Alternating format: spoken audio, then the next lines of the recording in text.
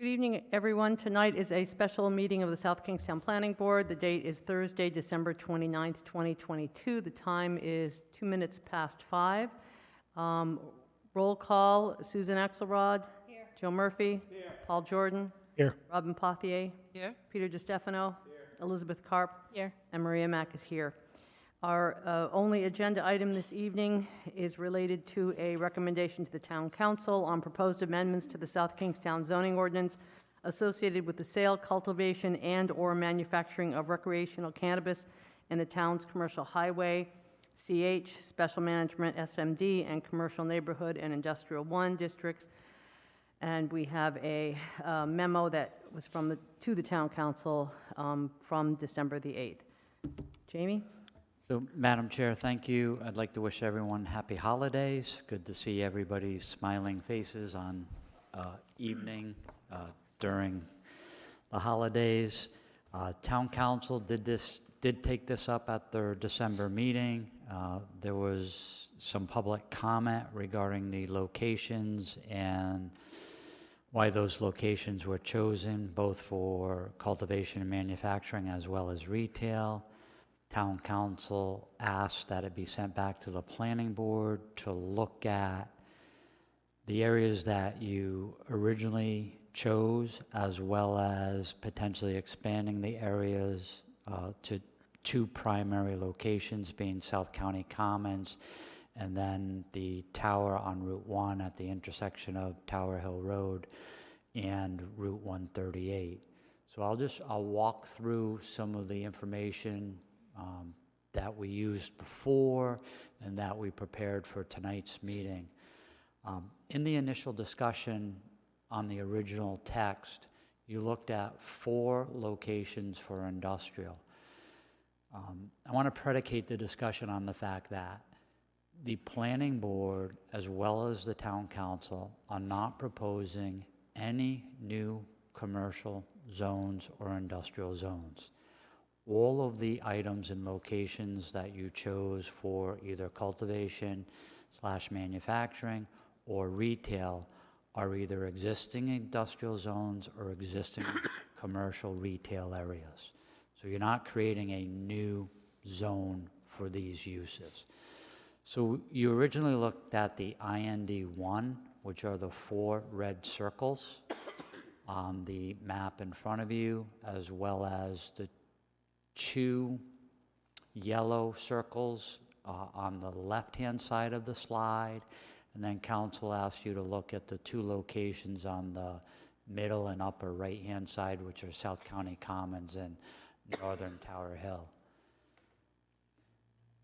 So they also asked whether you could do an overlay, which is really the subject of tonight's discussion. Potentially, if we look at the industrial areas, you have the potential for 4 overlay districts, a cannabis overlay district, CM, standing for cultivation and manufacturing, 1, 2, 3, and 4. I'll just go through those areas quickly. The overlay district 1 would be West Kingstown in the existing industrially zoned area, IND1. If everybody familiar with that area? This is a close-up of that area.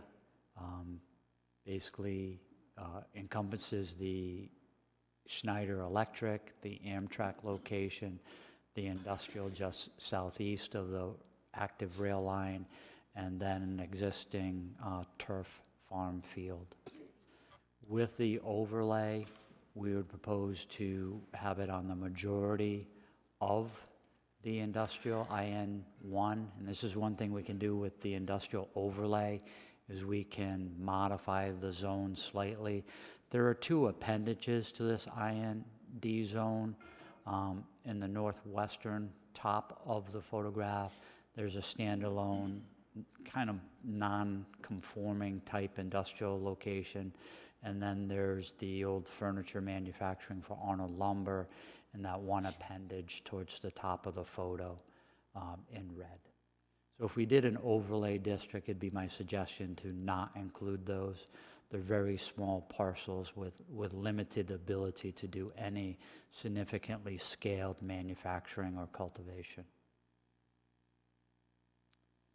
Then we come to a more central location in the town. This would be potential overlay district 2. There's a 2 and an A and a B associated with that. The A is located in the northern location. That's an existing bulk fuel storage facility. And then you have the pump house, the industrial mill complex. And then on a side street, there's a smaller complex also. Just a blow up of those 3 locations. And again, that would be Cannabis Overlay District 2M. And again, I'll talk further about the probability of having these as overlays. The third location would be Cannabis Overlay District 3, manufacturing, cultivation. This is in Peacedale. It's primarily the historic mill complexes, the southern appendage on the south side, just below the intersection of Railroad Street and Church Street, is mini storage. Again, that's just highlighting that area. The fourth location, COD 4M, or CM, is located on High Street, just north of Main Street, and that's comprised of a existing historic mill complex.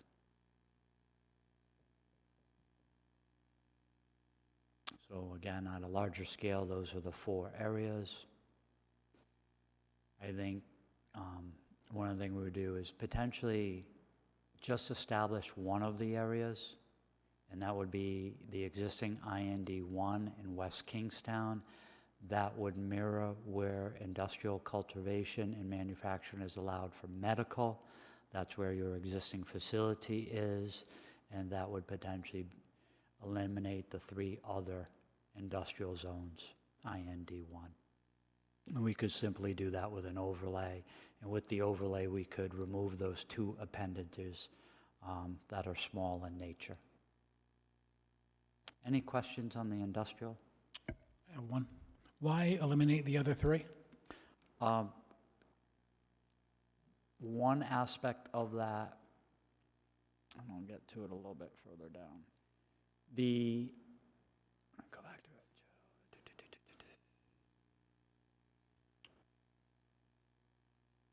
This one on Highland Street has a daycare facility associated in close proximity to it. So if you kept this in the zone, in all likelihood, someone wouldn't choose this as a location because it would be prohibited with setbacks from that daycare center. The daycare center may not always exist, but so long as it exists, this site would be eliminated.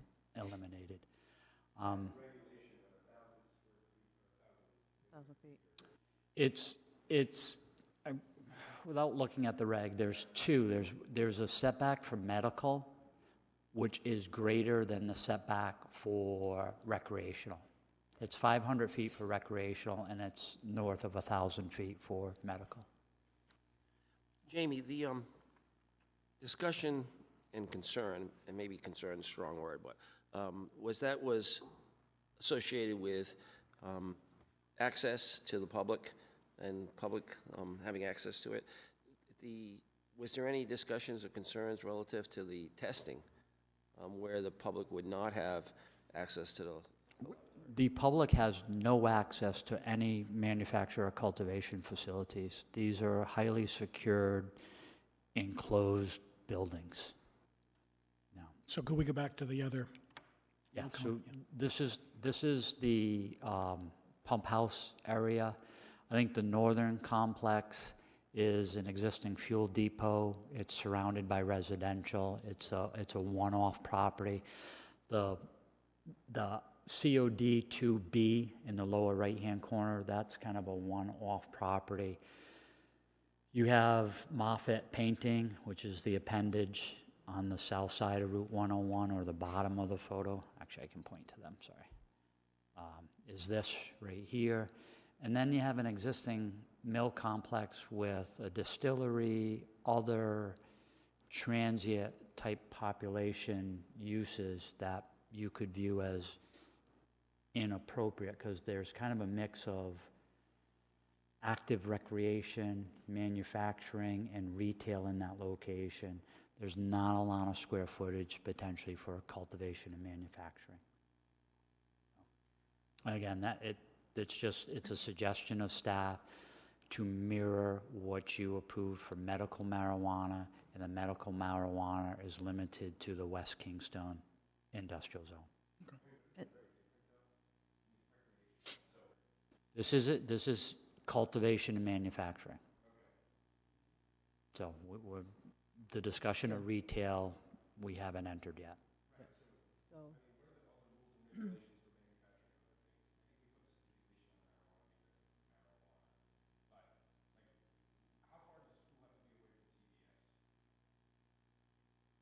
It doesn't. So, correct. Correct.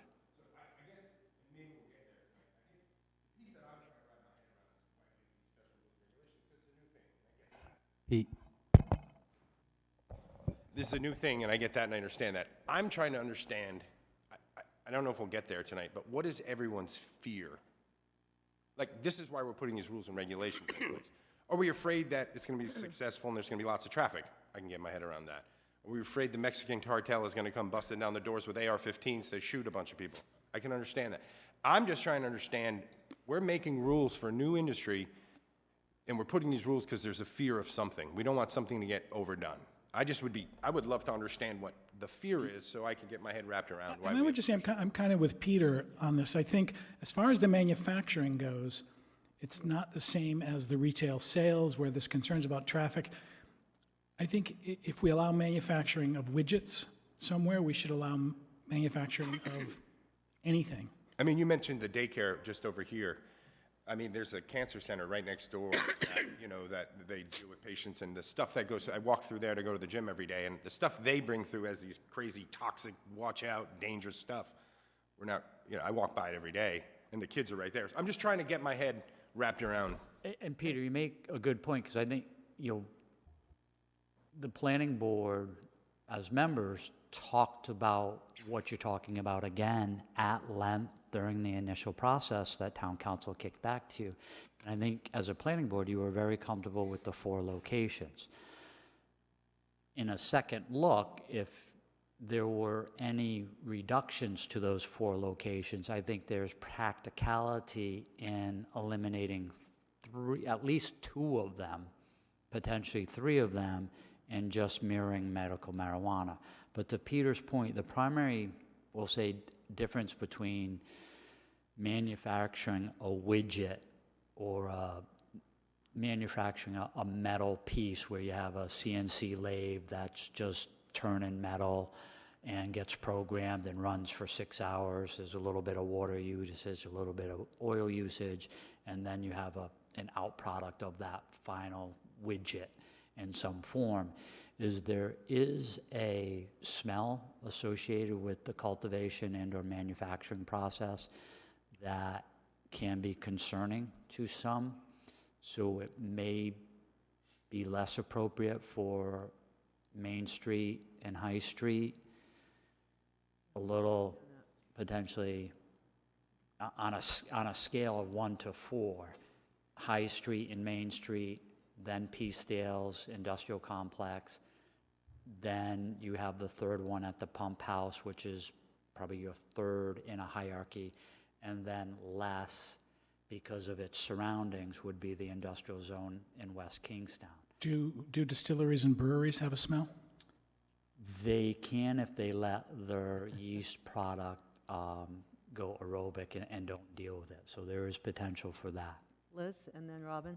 Is there an assumed difference in the scale of the buildings that we haven't addressed? Or I wasn't at that meeting when it was talked about. But can we assume that in the cultivation and manufacturing buildings, we're talking about a much larger scale? And it seems to me we are, from the sites that you eliminated, as opposed to the retail, which I mean, I've never been to any of these Yeah, types of so- facilities, but, On the grow side and cultivation side, facilities range from 5,000 square feet to in excess of 100,000 square feet. Your available land will potentially limit the size of a facility in this community. There's one building just southeast of the railroad tracks that was originally approved as 50,000 square feet of warehouse space or manufacturing space. That was broken up in the just around 10,000 square feet, which would leave 40,000 square feet on that property. But other than the Schneider Electric parcel, you do not, I shouldn't say it, Schneider Electric and the Arnold Lumber, because they own the turf fields, which is, I believe, 8 acres. You don't necessarily have the area for 100, 200,000 square foot modern grow facility. The land mass just doesn't exist. So I think it's a fear to Peter's point, but I don't think it's a reality that you're gonna get 200, 300, 400,000 square feet of cultivation space in town. Robin and then Susan? A couple of questions. One is, do we, excuse me, do we have the information to consider the prevailing winds and who's going to end up with that smell? Are we all, or is it always going to kind of drift one way? I don't know if we have that information. And I was talking to a friend from DOH the other day, and that they test for pesticides on the manufactured marijuana. So we also maybe need to worry about contamination. One of the things that when we had the discussions with the applicants in West Kingston, we asked those very same questions, because there are some growers who actually certify their product as organic and others who don't. It's like it's a closed system, so we asked a lot of questions about effluent and what would they do with, despite recirculation, what would they do with the effluent, at the end point, and they were going to be transporting it off-site. It seems as though these are questions that are consistent with these larger facilities, and I would imagine that, as Jamie said, there was a range, but I would think you'd have to have some kind of minimum size in order for it to actually work and be profitable if you were going to be doing manufacturing of that sort. Well, and I think a lot of these industrial sites are also waterways, right? With the the Chappaqua, the Chickashin over there in West Kingston. Was it Indian Run that's running through the Peacedale? So there's a lot of potential for contamination here. Maybe, can we limit it to only organic, certified organic? No. No, I don't think we can. But there's location, which is one issue, and then there's the actual site plan review, which is something different. If I can, Madam Sure. Chair. With regards to the smell, there are provisions contained within the regulations that any application coming before the town will have to submit a plan dealing with that. There is technology out there to eliminate smell or discharge of smell from a grow facility, whether they're using biofilters, ionization, or negative pressure within the building. There are ways to treat that. The nature of the permitting process is you just need to be careful that when they say they can do it, does that mean they will do it? And I've been involved on the peripheral in other communities where developers have said, we have the technology to do it, and the town said, thank you, they just forgot to require it in their approvals. So again, I think South Kingstown's much more educated and smarter than some other municipalities, both as regulatory boards as well as your staff, that if there are provisions in there that say there shall be no smell, that the regulatory follow-through will be that the facility will be designed not to have any smell associated with that. We cannot control which way the wind blows. The only thing we can control is whether they install the technology to minimize or eliminate the smell. And to Robin's point about water quality, some of those original applications are within the Groundwater Protection Overlay District in West Kingston. So we were very concerned about what impact they might have, and we tried to create conditions that would pretty much eliminate any contamination of the groundwater. How does that work? Well, again, it was the effluent. We had a lot of input from DPS with regard to transporting any effluent off-site and really managing it, you know, as a correct closed system. So that's really the key to it. Susan, and then Peter? I'll be quick. So I guess I'd like some clarification on the smell, because if it's a cultivation facility, essentially a solid greenhouse, that would typically not make an odor. Like, I don't know of any odor that lingers around growing plants. So I think that I'm just a little confused about the smell, and I don't even know what's involved in the manufacturing. Is that like I don't know what the process is. Is that like when you're frying up garlic and it says kitchen odor? I mean, I don't know what So, you know what it is? again, I do not claim to be an expert. My knowledge as a planner is during the grow cycle, when the plants flower, there's, we'll say, a residual oil associated with that. And that during the budding and flowering process, there is an odor associated with that. It will leave the building if provisions aren't made to have the building sealed, create a negative pressure system, and/or take the air and filter it before it leaves the building. So I could equate it to if you had a potato chip manufacturing facility in your town, you would say, well, how do potato chips, when they're manufactured, smell? Well, how does a Burger King smell? They cook the burgers, there's an exhaust associated with it, and that exhaust can smell. The same thing with a potato chip manufacturer. There is exhaust associated with the frying operation. They don't keep But you're that. processing and cooking something here. And I don't But know what there if is when that plant flowers in a enclosed environment, that smell is within the building, and the key is you want to keep it in the building and treat it before it's released. Some facilities actually use a misting system where they create basically a fog in the building that the molecules for the oil or the smell, the odor, are collected and then dissipated in that fog so they're not released. Other facilities create negative pressure within the building so that if you open a door, air doesn't go out, air comes in. Is it a And then bad they also smell? use biofiltration. Is it like a garlic onion smell? Skunk, It's a skunky, no, seriously? it's a skunky smell. If it's good pot, it's a skunky smell. Okay, so this is the stupidest question you're going to get tonight. Do you get high from the smell? No. Okay, so it's just. It can be a irri- public It's just nuisance. irritating. It could be a public nuisance. But those are all things that we could require. the permitting. Contained within your zoning regulations, this is special use.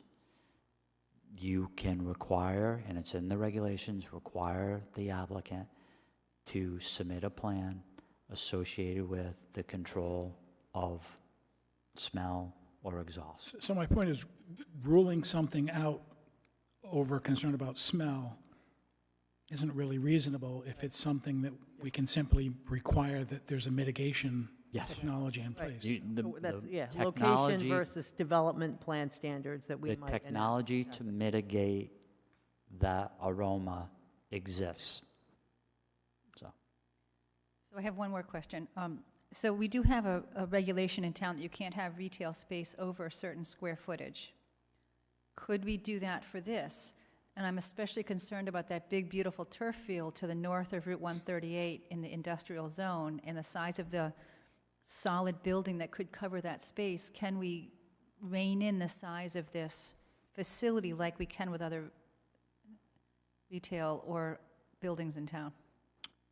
I think you can set limits on the size of any building in town. I would bring up something Peter said earlier, is if it's a 100,000 square foot building and they're manufacturing, Hershey Kisses, or they're manufacturing a widget, or they're growing a tomato, or they're growing a flower, what are the concerns? So I think for me, it's the size. And there's a reason that South Kingstown doesn't have Christmas Tree Shop and Home Depot and Target in it, because that's not in scale with the village model and the vibe of our town. And a 100,000 square foot warehouse plopped in the middle of the turf field would be a darn shame. So I guess that's my concern. I don't care that it's pot. I really don't care what they're doing in there, but any building of that scale on the side of 138 in West Kingston may or may not be appropriate. That's my thought, and I don't know how other people feel about it, but it's a really big building to have anywhere in town. So Schneider I Electric, was just going to say Schneider that. Electric would become a non-conforming building Yeah. within that zone. Maybe. Can we also compare it to what's going on in Exeter at Shotner's Farm? Yeah, council did not ask you to come back and weigh in on building size. It was primarily location of both industrial and retail. But the blanket overlay without any restrictions, Right, I think we can So let me With an explain the overlay. overlay. make suggestions So, yeah. or So criteria within the overlay. the I- overlay is not a, alls the overlay is a use overlay. So all the underlying provisions dimensionally associated with the industrial zone remain in place. So if it was a 50-yard front yard setback and a 25 side yard setback, and lot coverage was X and impervious area was Y, none of those changed. The only thing you're allowing is a new use category to occur within that area. So someone could put a large industrial facility in that turf field now. Correct? It's just the use that we're talking about. The other question I have is just sort of related. Does any of this, is this considered agriculture in any way? Does the Division of Agriculture weigh in and say, wait a minute, we've got our own set of rules about, I mean, I think about Shartner's Warehouse where Not right now. tomato, In some states, yes. I don't think it's been put in that category. And there was an issue a couple of years ago, I think it was in North Kingstown, where there were farmers growing hemp, and the smell was highly objectionable and caused a lot of issues. But of Which is course, what I was that's thinking, the outdoor production. versus- State Division of Agriculture, I think, is very much on Shartner's side with that Yes, facility that's. they are. Yep. Rhode Island chose to not consider the cultivation of cannabis as an agricultural Applies, kind of use or exemption. They created its own land use category. I mean, my piece about the smell is I'm just concerned, do we have a smellometer? Like, what is the scientific way, the scientific way to measure this? Because I think it's really subjective, right?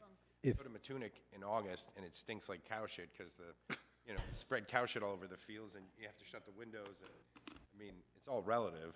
So It is. I think, if I can just add, though, don't forget that you may have a facility that's in proximity to a residence, and they have to live with that day in and day out. So while it might not be noxious to someone else, to you, or to any one of us, it might be to someone else. And we do have something in our regulations relative to noxious odors and, yes. And as far as agriculture, I mean, a lot of times the farm was there first. You can't move in next to a dairy farm and then complain about the smell of cows. This is putting something in. I would still say I think there might be one there that I agree with eliminating, but it's manufacturing, and my feeling is it's manufacturing. I can use a small analogy. There's a manufacturer of golf balls. There's actually two significant manufacturers located in New England. If you go inside of their facilities and then you walk out, you smell like plastic. There is a little bit of smell surrounding the facility. We're only there taking a tour of the facility. So to Jay Parker's point, what may be objectionable for an hour is different than the person who lives across the street who may be next to it. You drive by a restaurant and sometimes you smell what they're cooking. It's pleasurable to some, but if you were living across the street, it may not be. I guess these areas are industrial, right? So if we're going to develop something in those areas, they could put the chocolate factory in that area and it could smell like chocolate. The Muse could make burgers in that industrial park and it could smell like burgers, like, Yeah. I mean, whether they smell weed, cow shit, burgers, whatever we're talking about, it's possible that people smell. Yes, someone Not could gonna get consider anyone that. high or dangerous, or, it's just, Well, it's also possible that we try to mitigate that, and people don't have to smell what they I- didn't smell before. I agree, but if we say you can't smell like marijuana there, but it can smell like all these other things. I think the seems key silly is, to me. you have provisions within the regulations for industrial complexes and a requirement that they address any obnoxious odors that can come from that facility, whether it's, Mars, Hershey, whether it's Frito-Lay, Cape Cod potato chips. Special rule on this. Yeah. We have that rule already. We don't need special rules. So to that point, I think it's pretty evident that this type of industrial use should be allowed in industrial areas where the infrastructure exists, where they're likely to have enough space, enough, granted, it's a different animal than retail, because you're not going to have, the number of employees is probably going to be very small compared to a retail shop. So in keeping with that, I think that allowing it in areas that have the infrastructure, that we can add any specific provisions that should be considered under the special use permit, that it seems as though we should be able to manage that. I mean, again, going back to the medical, the biggest concern at that point was the fact that it was in the groundwater protection overlay district, and I think we need to continue to be aware of that, and if there's any other knowledge that we can gain relative to performance standards, allow it, but they have to follow these rules. It seems to make sense to me. Paul? Yeah, and I would expect that, I think these are all Seward areas. We have new rules about the discharge from breweries, pretreatment requirements. I think you'd have the same if they had a lot of effluent going into the sewer system, there might be some rules about how that's dealt with before it hits the sewers. But there's probably more pharmaceuticals in our groundwater now just from septic systems than there are from, Right, and didn't we have a recent conversation about effluent from breweries? Yes. yes. I think the same rules would apply. Have we been in touch? Is there sewage there? I don't think so. These are all Seward areas, aren't they? Yes. Yeah.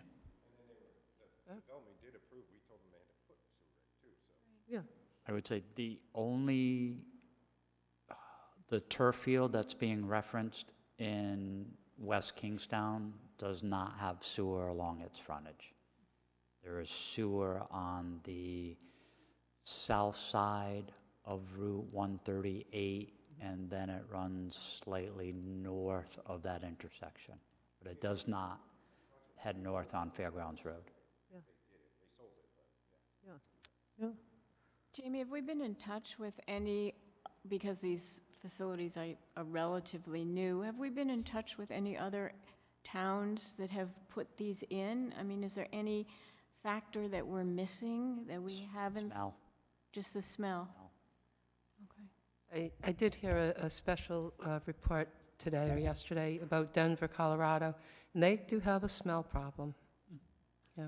I did a little research, and obviously, other states have been managing this for much longer than we have, and there's a lot of literature out there, and you talk about things like lighting insecurity, potential noise, odor.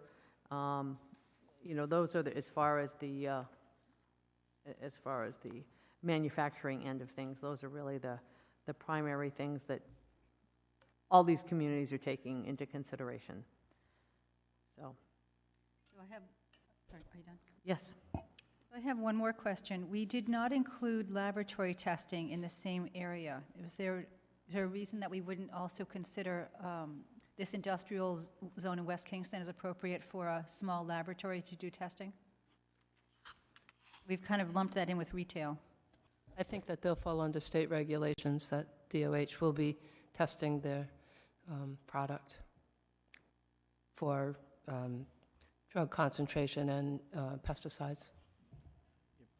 So, Yeah, So yeah. we're permitting testing facilities in South Kingstown, but Yeah. not in this area. so to answer Susan's question, I have two versions of the text amendment, one that would allow testing in the industrial zone, and one that didn't, because it's not presently allowed for medical. So again, we were just kind of mirroring what was allowed for medical.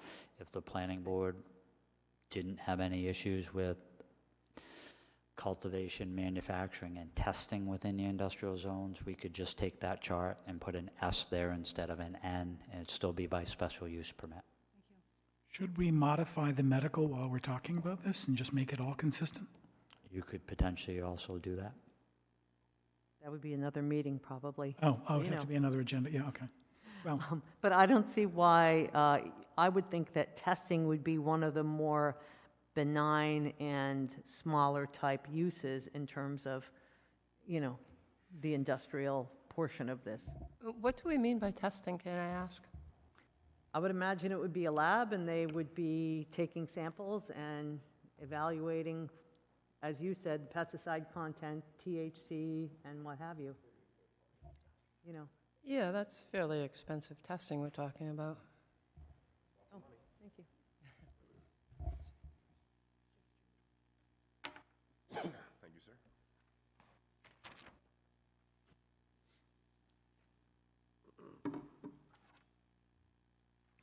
And potentially probably be less internal smell in a testing lab because you're not taking plants and, harvesting them and pruning them and doing all that stuff, right? I mean, a testing lab is going to be, I would think it would be fairly small samples that they're actually doing, and that's you won't not a, yeah. Madam Chair, in an attempt to get some direction from the planning board, you originally recommended to council to have all of your IND1s, which are those 4 red circles on this slide, to allow cultivation, manufacturing, and we'll add testing to that. What are you leaning towards, or what are you potentially going to recommend to council on the locations? Is it still all 4, or is it somewhere between the 4 and the 1 of West Kingstown? Can I ask a question here? Can we parse out the testing and give it a little more leeway in town, because it would be a smaller scale, it's not water intensive, it's not a smell thing, and say that testing would be available in 1, in IND 1 out in West Kingston, but testing could also be other places too? Or do we need to pigeonhole it to the same thing? Again, the aspect of having these 4 overlay districts is you could simply say in Cannabis Overlay District 1, which is West Kingstown, you can do cultivation, manufacturing, and testing. And Cannabis Overlay District 2, you can just do testing. And Cannabis Overlay District 3, you can just do testing. And Cannabis Overlay District 4, you can just do testing. So, I'm going to say keep all 4.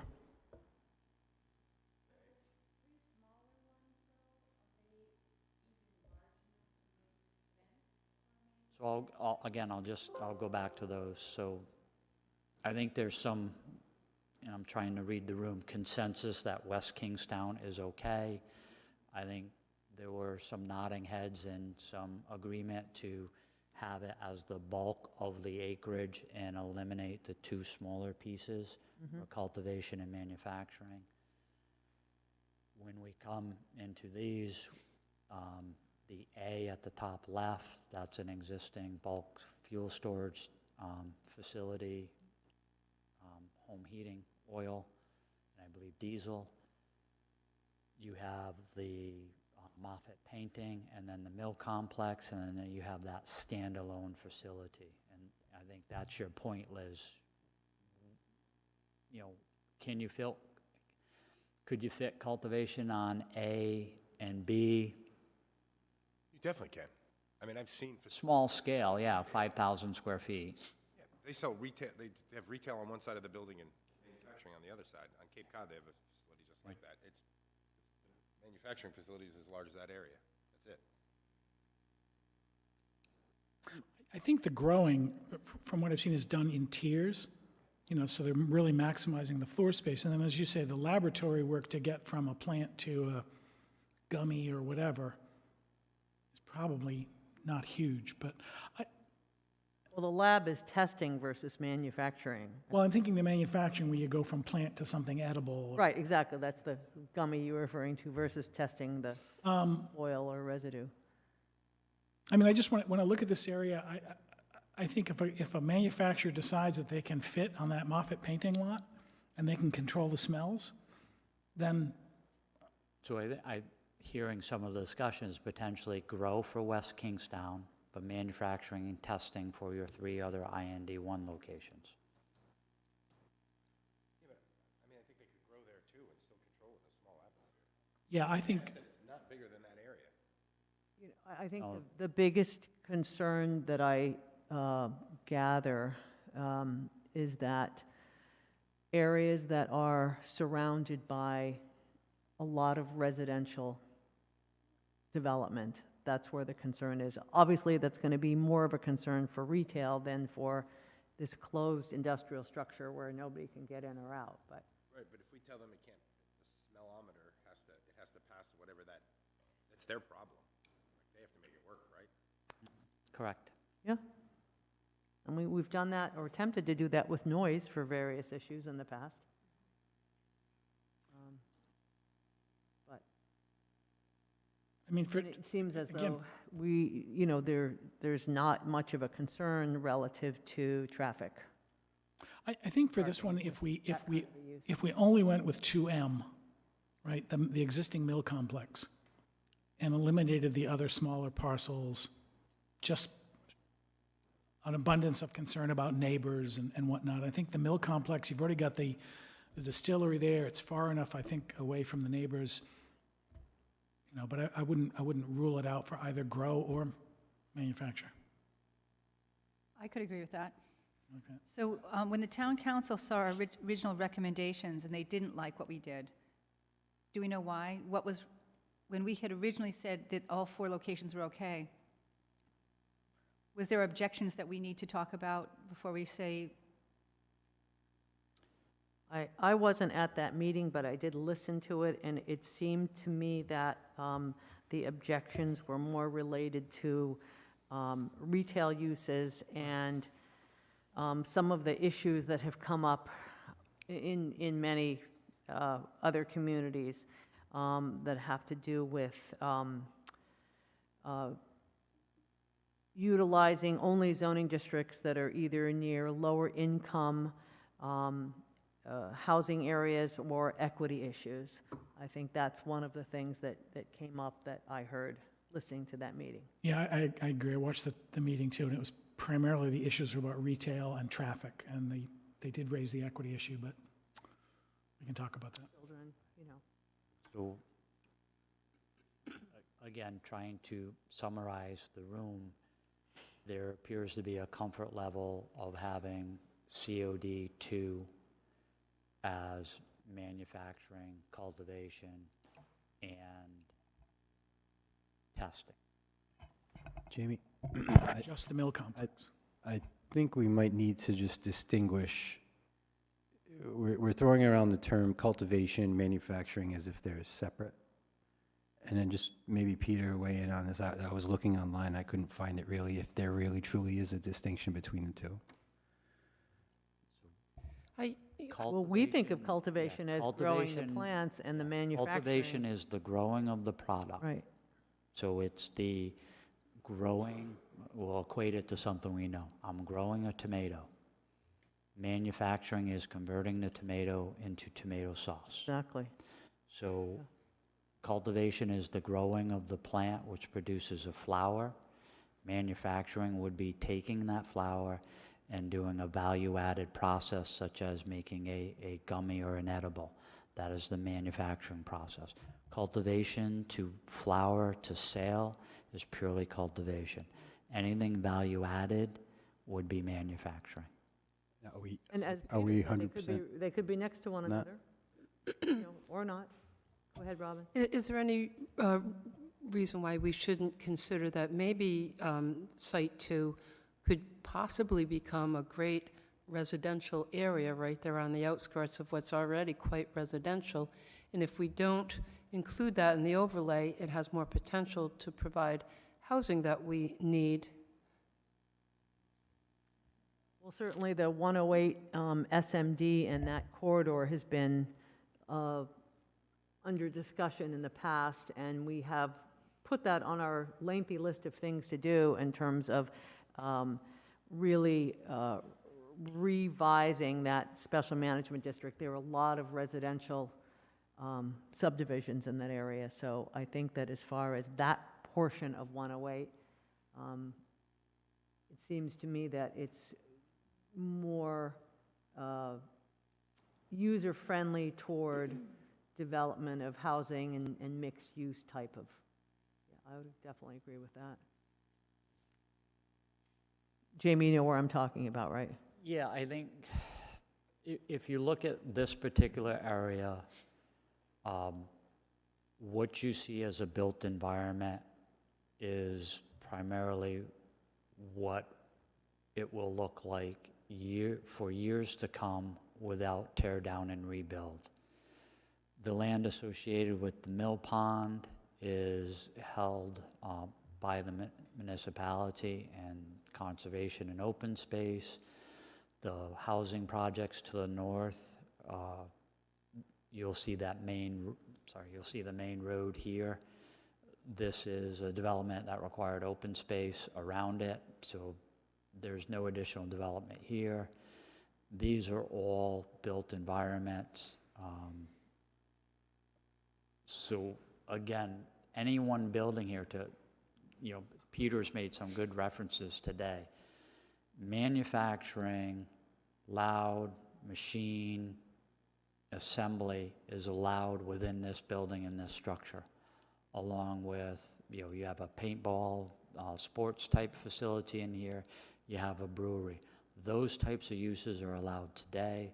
They're flourishing in this environment.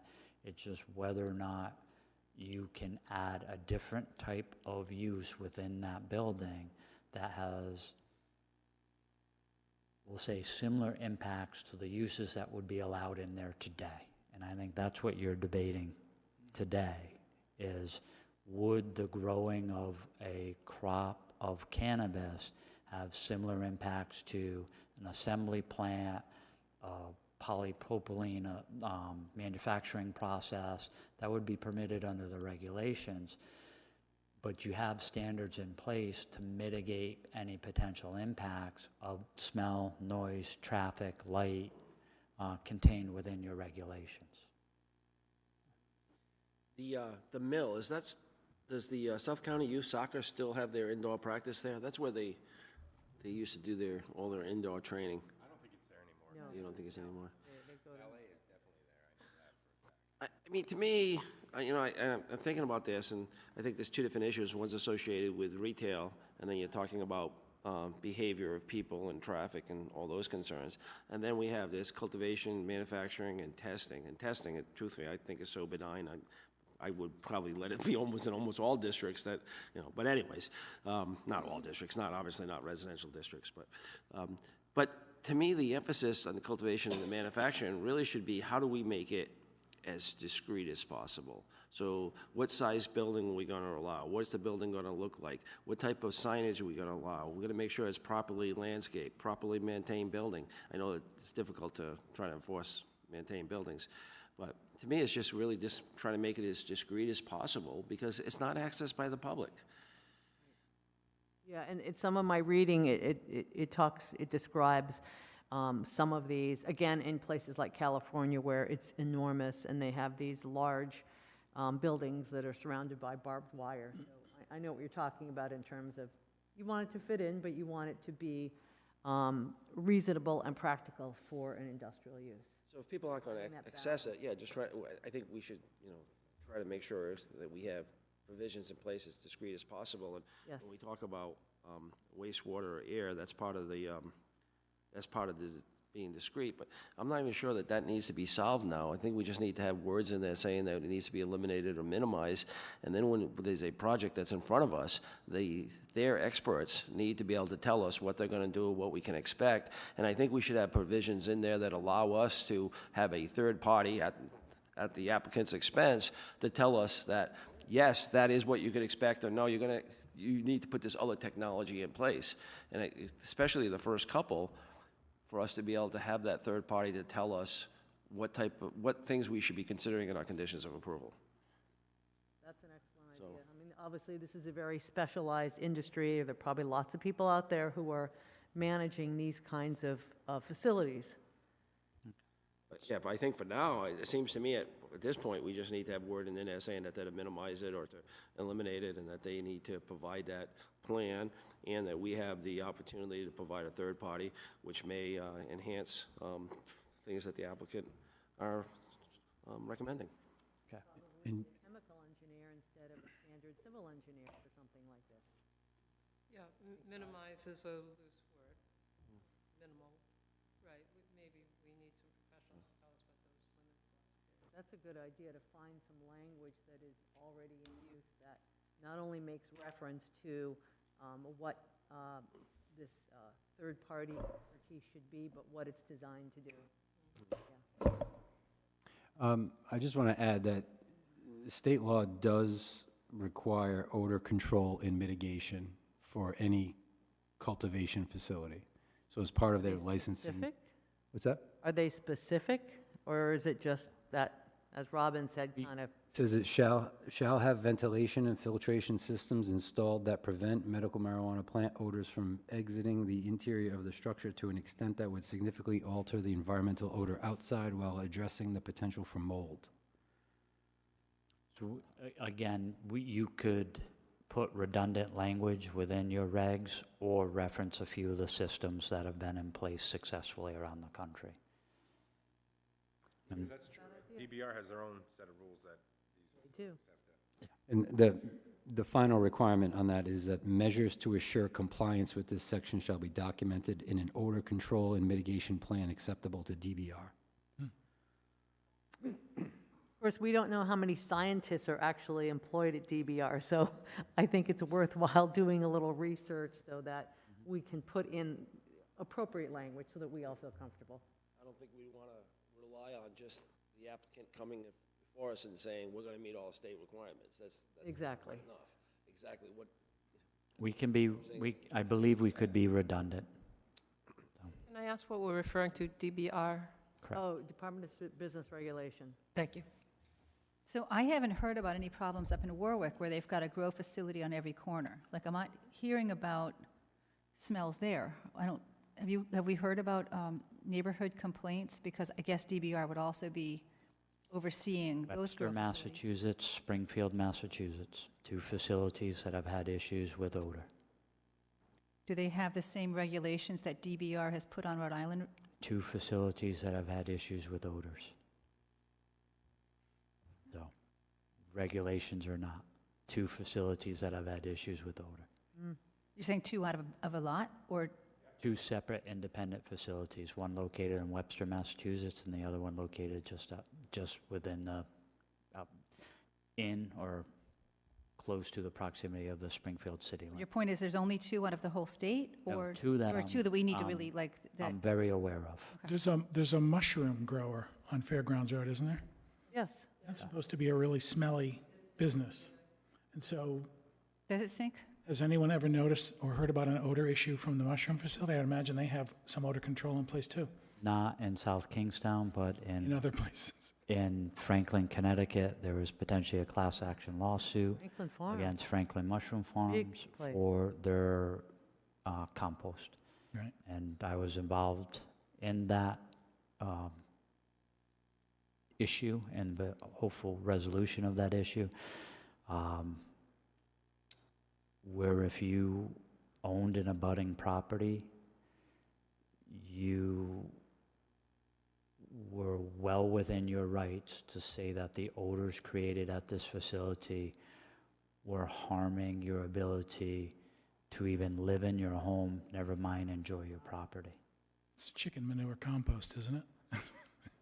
I can talk more at length after the meeting of my experiences in Franklin, Connecticut. That facility no longer exists. But if we say you have to mitigate the smell, and that's the only, that's their problem. I mean, there's technology out there that can do it. Yes, correct. Tons of money in this, they're gonna Yeah. figure it out. If we tell them this is, well, they're not gonna do it here, they'll go to Westerly or Coventry or somewhere else. But if we say to them, if you wanna put your manufacturing facility or cultivation and it can't smell, you can do it here. If not, Right, which may be subject to additional third-party review. I'm sure there's a science, right? We course. did a job in Richmond. We worked on this house for 3 months. It was an amazing job. We're working. One day, ATF, all the stuff next door neighbors, knocked down the doors. The largest drug bust in Rhode Island. They were growing so much weed in that house, none of us knew. We couldn't smell. We were there for 3 months. We didn't smell one lick of it. And they're all construction workers. They know what pot smells like. None of them smelled it. So, there's enough money, they can figure out how to make it not smell. So coming back to COD 2, is there some consensus that COD 2 would be cultivation, manufacturing, and testing? Which one is COD 2? It'd be the mill complex. Yeah, just. So COD 2M? M. No, they're all Yeah, M. COT 2M. They're all M, sorry. Well, there's an A and a B. A is north and B is southeast. So we're not, so So this would not be included. This would not be included. I would potentially eliminate Moffett because it's just a small Yeah, we could take piece within a residential neighborhood. Only And just that, include the mill the mill complex. yeah, so I can go only for that. mill complex area. Yep. All right. So it would be that minus the appendage. Appendage, yeah. Okay. Our next one was the mill complexes in Peacedale.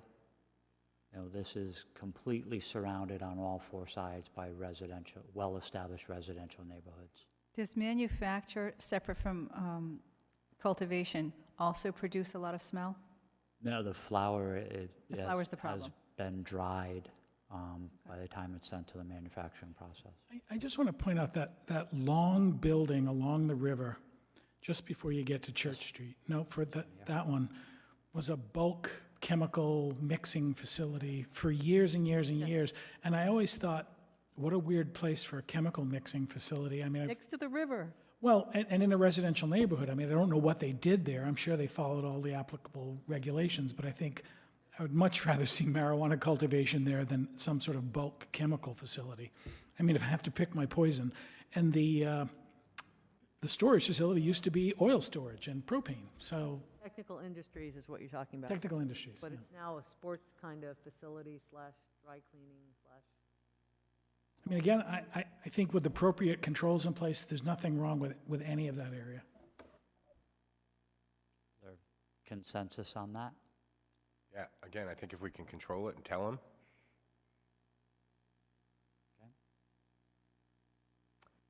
You have a lot of residential Potential. area and potential, yep. That would be a beautiful residential area. And the contamination from when they were producing dyes, South Kingston has dealt with for a long time, right? A- That and one our doesn't last- jump out at me as far as. Jamie, I think what you're hearing is consensus, yes, if there's other provisions that make this as discreet Oh, as right. possible in those provisions. So somewhere else in those regulations is making this. and they still have to come back here too, right? It's Yes. not like they can open one tomorrow. So we have another crack at this. Correct. This is not like, this gets the ball rolling. Yeah, true, but we are losing potential residential areas that we don't have enough of, and it might be an opportunity to say, actually, let's keep this one aside, and if it becomes residential, because But it's already zoned industrial. True, but those things can change, especially if no industry wants to be there anymore and it's more profitable for someone to build houses there. Those are beautiful areas. I mean, I just think it's another conversation, because if you take out this industrial zone, you've got to have some industrial zone somewhere else. I mean, the town needs some area for manufacturing. Doesn't mean you can't change it later and still put houses there. Doesn't, Well, we're not saying you can't do that. But if you allow it to be cannabis manufacturing, then the chances of it becoming residential have decreased because now there's a new growing It's already industry there. manufacturing, so anything could go there. So if I opened a potato chip manufacturing facility in this area, That would be I okay? understand your argument about it's already industrial. I get that. I'm just saying there's potential to come up with something better by saying, all right, let's not include this one, and then as the industrial use of it phases away and residential use becomes more profitable, people are going to be in front of us asking, can't we change that zoning to residential? But they still, And it'll be lost to us by then. Susan, Susan Axelrod had a question. This is the rotary in this is the roundabout in Peacedale. So this space that is highlighted includes like Rock Spot Climbing Gym, Whalers Yeah. Brew Pub? Yes, That's all enclosed. it's all, And then that fish building with the dry cleaning, and then the self-storage across the street? Okay, and self-storage on Yep. the south side Okay. of Church Street.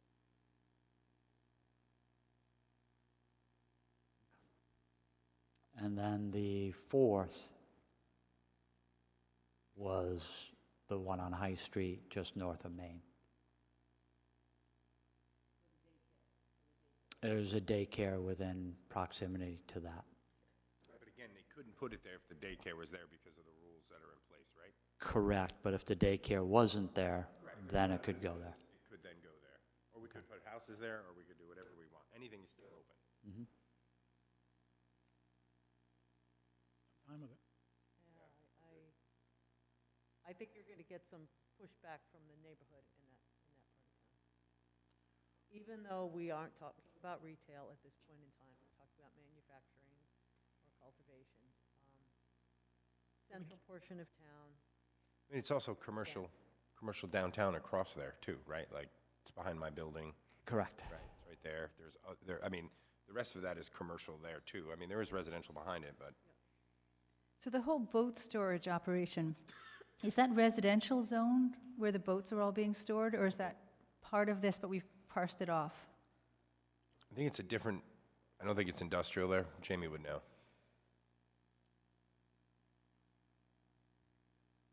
Because there's like 100 boats right now stored. I think he could have built a house there. I think he could have built a residence there.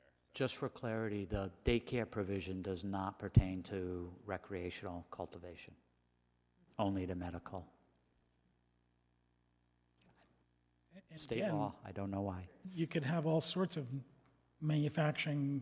I mean, I worked in manufacturing for years. You're talking about solvents and oils and all sorts of nasty stuff that people are supposed to deal with and maybe don't always deal with in the right way. I don't see this as any different, and it's probably more benign than some other kinds of manufacturing. If there wasn't a daycare, would we even conversate about this? Because the daycare could be gone, or it could be there. So again, medical's not allowed here because the only place medical cultivation manufacturing is allowed is in IND 1 in West Kingstown. Cannabis has a setback only for, we'll say, recognized schools being educational facilities K through 12. And I have to wonder if a cultivator would even consider going into business to only supply one market and not the other. It almost seems like a bad business decision to say, I'm only going to grow recreational marijuana here and not medical. Like, I think the rules it are makes going sense to to change. go back after and after we get through this, go back and the other rules we made, make them all the same. I mean, I would assume, right? Is there any consensus on the fourth overlay? I'm fine with it. I'm good with it. Wait, so this is going to be the same as the one we talked about? This would be manufacturing, cultivation, and testing Of medical and of recreational. only recreational? Where there is not a rule about daycare, or there is, Recreational does not have a setback from daycare. to me, testing is the least benign, and I would be fine with that there. I'm not certain, given the surrounding area, the space that you've got.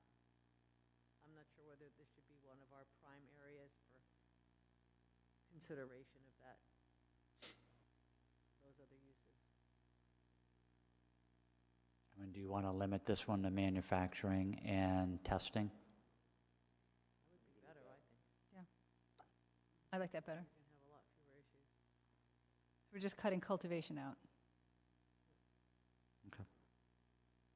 I see more nodding heads with that than I did for I can go with that. cultivation. I mean, Okay. I would go the other way, but that's fine. Okay.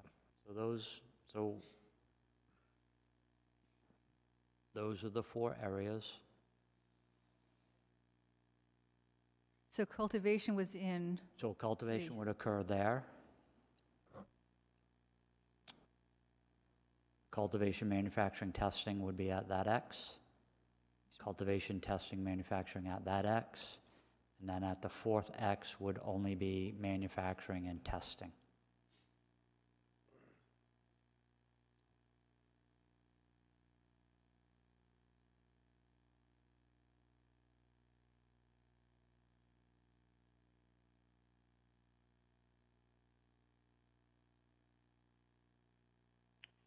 Make it up. So, yeah. The yellows would be cultivation, manufacturing, and testing, and the red would be manufacturing and testing.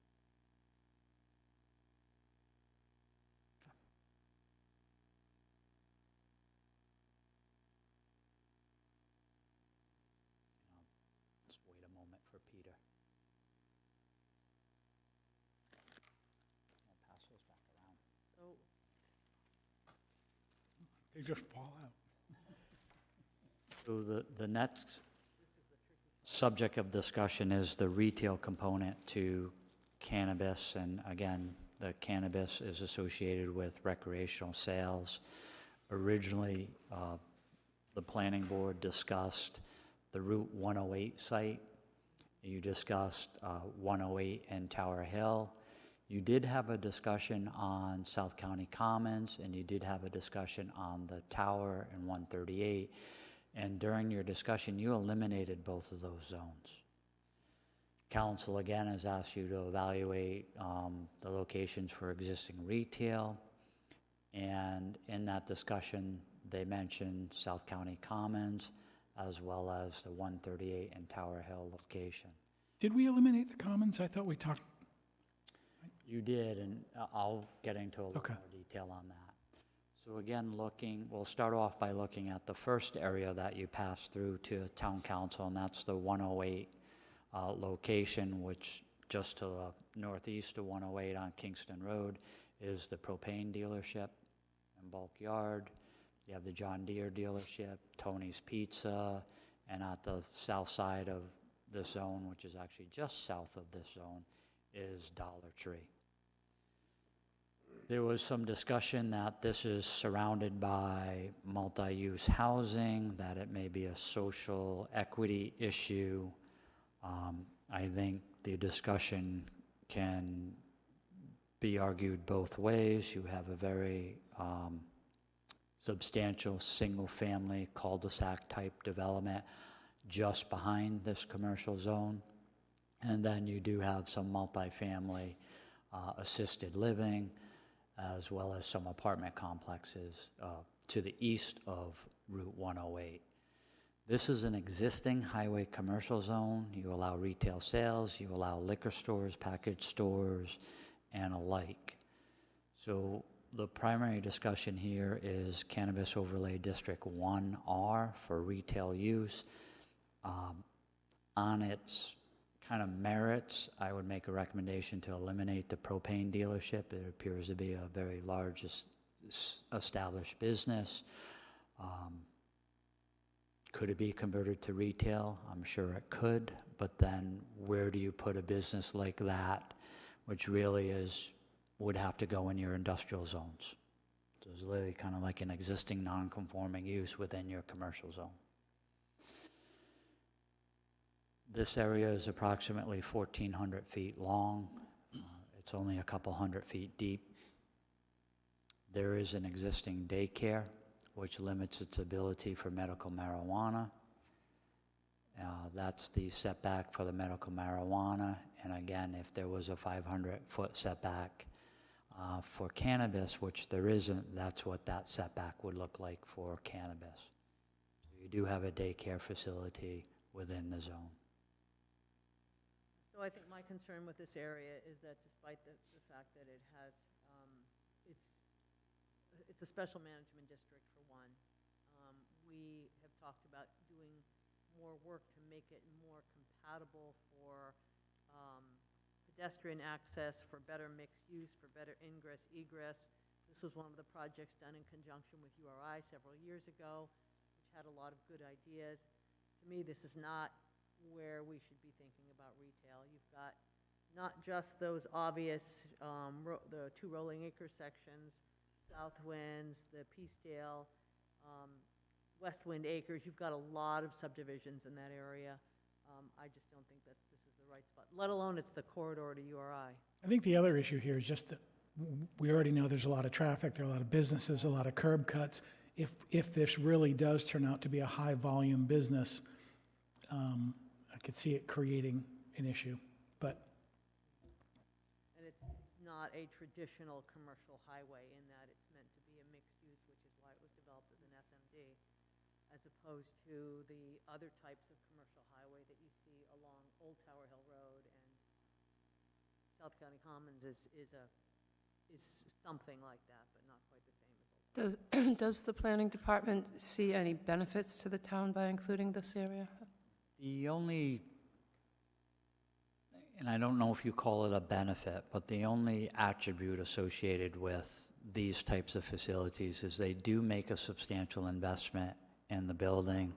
They do have the resources to make the investment in the architecture of the building, landscaping, site improvement. So you do have a few potentially transitional properties in this area that this type of development would have the financial resources to make improvements to those properties. But on the flip side of that, the points you bring up about traffic and the high volume nature of this and the ability to make left-hand turn, if you're on the west side of Route 108 and you want to go north, that left-hand turning movement is somewhat complicated due to the queues between the lights at 138 and 108 and the light at 108 in Curtis Corner. So I'd like to also say that this is not my favorite spot, mostly because of the traffic, especially when school's in session and that entire road is backed up with URI traffic. But I think also, I just lost my train of thought. Oh, it's gone. Okay. Be back. I just have It's just gone. 2 questions, I guess. This is just purely curiosity. The 1,000 feet away, 500 feet away, they're concerned daycare kids are going to go in and buy weed? Like, I'm just trying to understand why we have that rule and regulation, I do not, Seems to. yeah, I do not, All the communities do that. right? when the state created the regulations for medical, they had stringent setbacks for educational facilities as well as daycare. And they were in excess of 1,000 feet. You can't locate a facility within 2,000 feet of another facility. And then when they created the cannabis regulations, they knocked that setback down to 500 feet and eliminated daycares. Kept the educational facilities K through 12, but didn't, but eliminated the daycare. I wasn't involved in those conversations. I do not know. it's a feel-good rule. It was a compromise to make somebody happy. Okay. And then the second piece, the second comment I had about this is I agree greatly with Jamie. This is a district that does not look good right now. We have a really fancy Dollar General there, one of the nicest ones ever because of this team. Best one in the state. I think Jamie's point is 100% accurate. The only businesses that are going to be able to afford to do what we want them to do on this is not mom and pop shops. It's either big businesses like General Dollar or national chains or really lucrative businesses like marijuana. And again, I get the traffic thing. Again, the traffic is, I think we don't really understand the traffic now. Everyone goes back to, when Massachusetts legalized it, oh my God, it was crazy, blah, blah, blah, blah, blah. Well, now that they're going to have one in every community, the traffic is going to be very different. So I don't think we can really understand the traffic piece properly now. Apparently, there's We have a one lot in, of other work to do to fix the. there's one in Exeter across from that Yeah, no one is harbor. ever there. I had no idea it was there. It's next to the gun club, which I think is really interesting. But I didn't know it was there. I drive that road all the time. I don't see any excessive traffic there at all. And these facilities that I've seen are spectacular. Like the architecture, the design, these things are luxury, beautiful, fabulous. I mean, the one in Exeter, what stinks, it's in a mill, it's like a steel building. The outside is ugly. When you go inside, you're like, where am I? It's like LA. It's like a beautiful, really architecturally great, it's amazing. So I hear what you're saying about an opportunity to fix up some of those properties. But we did just see a project here last week from somebody who was purchasing an existing property that had gone in disrepair, and he was taking some ownership pride in increasing its value from the street. So I think we're not maybe locked into a gigantic mega billion-dollar industry to hopefully turn over that space to make it a little more appealing, because we did just have this last week with another property along the road. And I think what they're going to do to it is going to be 100% better than what's there now. And it is a little Just mom doing and pop simple shop. repairs. I mean, he's literally just adding a fence and cleaning some things up. But do we need more than that? We're not, like, I don't think so. I'm just saying as these buildings start to get torn down and brought back to us, that's a great example, like that young man that came in with the boat shop. yes. But Bart's Carpet next door, if they sell to someone else and someone decides to change the footprint, they're going to come in front of here, and typically the rules and regulations we put on them add cost to that, and it's just going to be harder for a small business to do it. But I don't want to fall victim to reaching for the big fancy businesses, because that's how to make it prettier, and then we end up with retail, with national chains, with more Well, not personality chain. I think that's what Peter is saying, is that this area does not lend itself well to anything large or national retail chain, and that's why when we do finally get to having another look at that overlay SMD, we can make it so much better. Pedestrian-friendly, ingress, egress, some design stuff that's suitable and that will be, I think, welcomed by the residents in that area. As you may recall, when the Dollar General project went to the zoning board the second time, one of the neighborhoods was strongly advocating for a crosswalk and a signal, because they wanted, more safety, and the URI class that did the project on that area, that was one of the things that they really stressed, was lack of pedestrian-friendly safety, lighting, all those things that contribute to a nicer area. I also just recaptured that thought of mine that had gone off in the wind. I think my objection to this also is that there's no easy access to this space.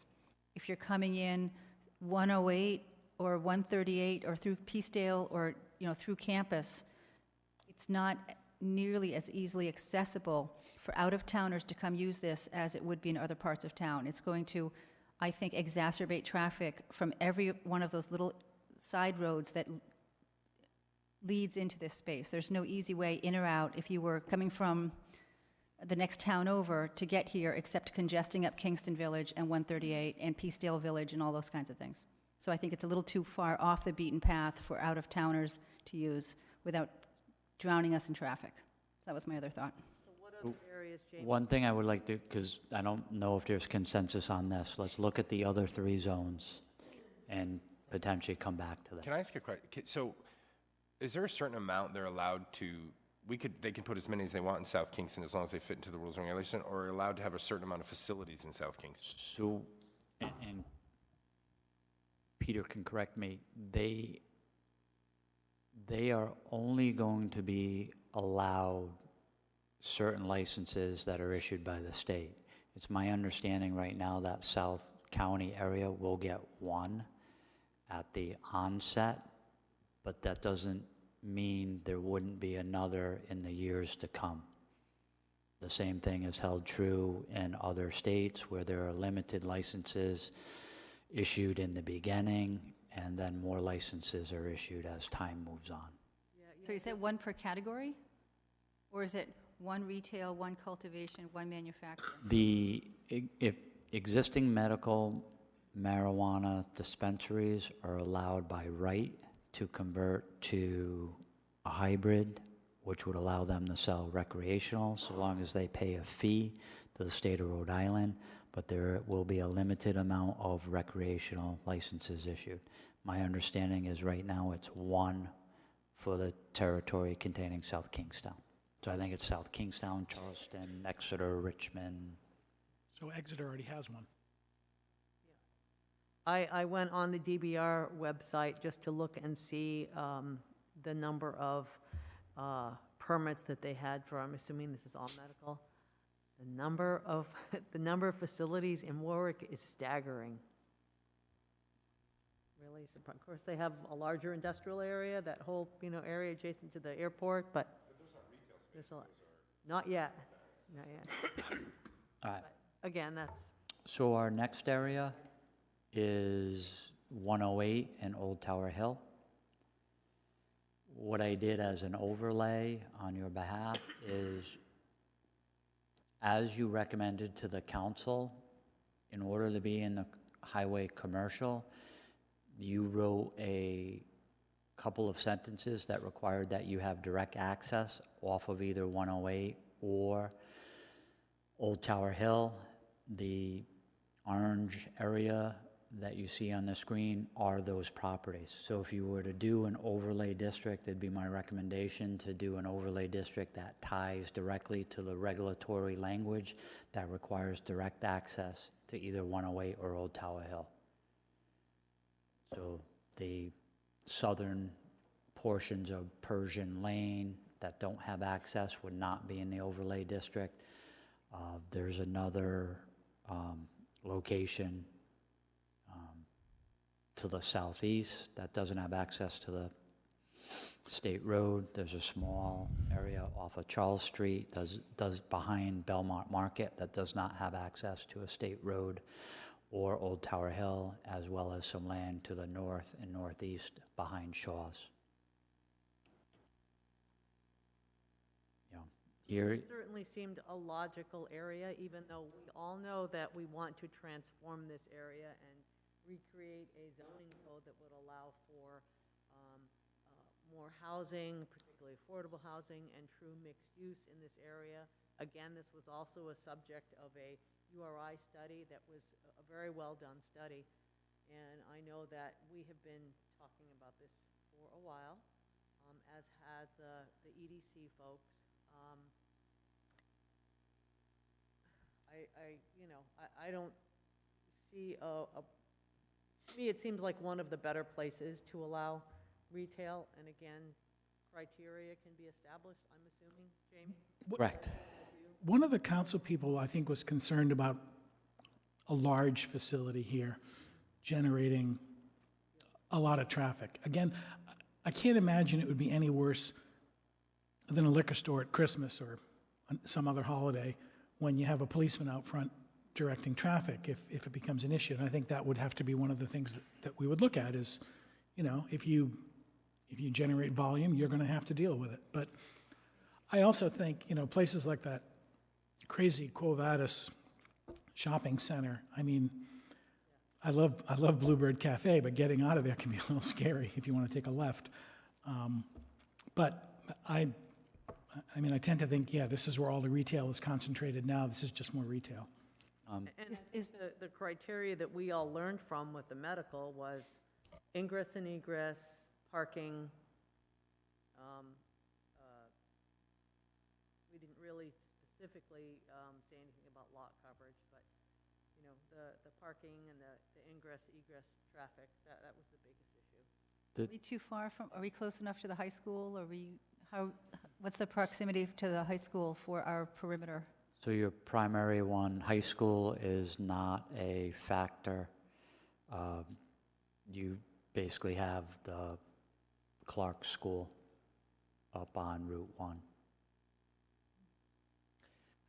I think that our, our commercial strips maybe ought to be reserved for the people who live here and the types of stores that they would want to have available to them. Whereas out in South County Commons, somebody who's going to drive to South Kingstown, fine, that's easy for them to get to. And if someone in Wakefield wants to go there, that's easy as well. We don't have a huge commercial district, and maybe it should be preserved for the residents who need particular commercial businesses accessible, close to home. Well, one of the things we talked about with that, redo the zoning is to allow, to create incentives and allow people to build up to a certain extent, have design guidelines, and make it safer, make it nicer, make it more like a main street, but again, allow more dense development, because that's where you have the infrastructure, it's in the center of town. There's lots of communities that have done this and done a beautiful job. I mean, to the point where you said you want to put stuff that the community wants the marijuana. They voted for it. Well, they might want the money, the income that it might afford, but when I think of most of my neighbors, I don't think they're going to be going to this retail store. I'm always surprised when I'm in these things who I run into. It's amazing. I guess Com- not Robin, though. Not yet. Yeah, right. The comment that I heard today about the Exeter store, and my friend went there because his wife's having chemo treatments, he said everyone there was over 50. So, Taking my wife so she sees. They're not all like, they're normal people. Lawyers, doctors, bankers, normal people. So, Madam Chair, I'm going to, You had said something before about limitation on retail space. What are your thoughts about that? the So it doesn't become a yeah, I did a, marijuana mart like a Walmart, which we don't allow that side of thing, but you know what I mean? in anticipation of that potential question, the typical average size nationally of a retail facility is just over 3,400 square feet. They range on a scale, a few skew that because there's, two mega ones, one in Las Vegas and another one in Colorado. But they're population-based. You're going to build that 50,000 square foot facility in Las Vegas where you have over 26 million people from outside the Vegas area coming. You have significant over 1 million residential population in the immediate Vegas area. But in the model of New England, they range in size from 800 square feet to 4,500 square feet. Some have been conversions of banks. Typical Citizens Bank or Bank of America can range from 5,000 to 7,000 square feet. You've seen that industry modify over the years, so a few entrepreneurs have gone into those vacant spaces.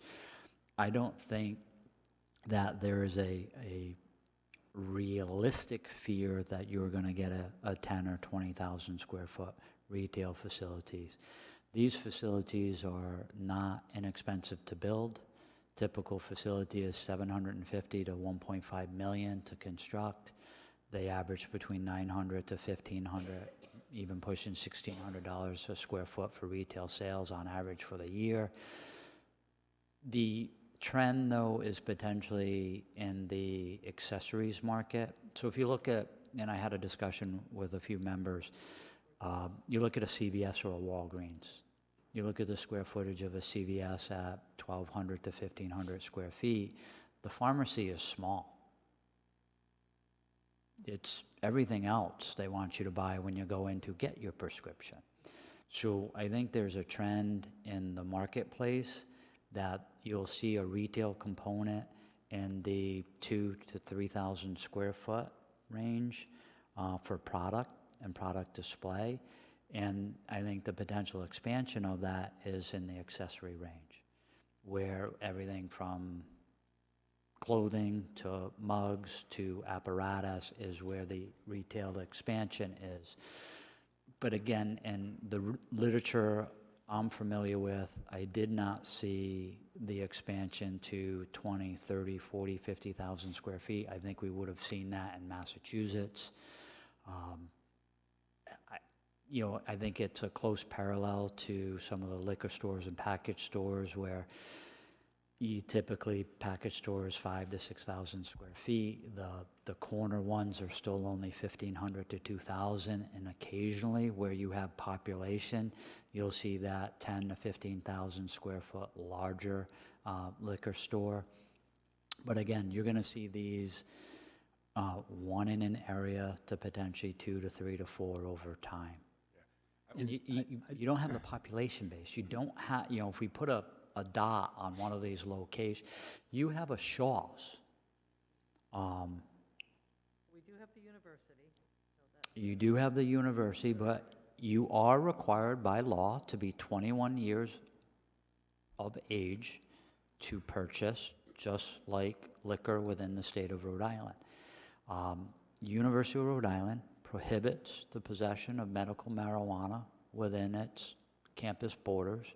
So it would be my understanding that if they don't allow medical cannabis with a prescription to be allowed, they're not going to allow recreational cannabis.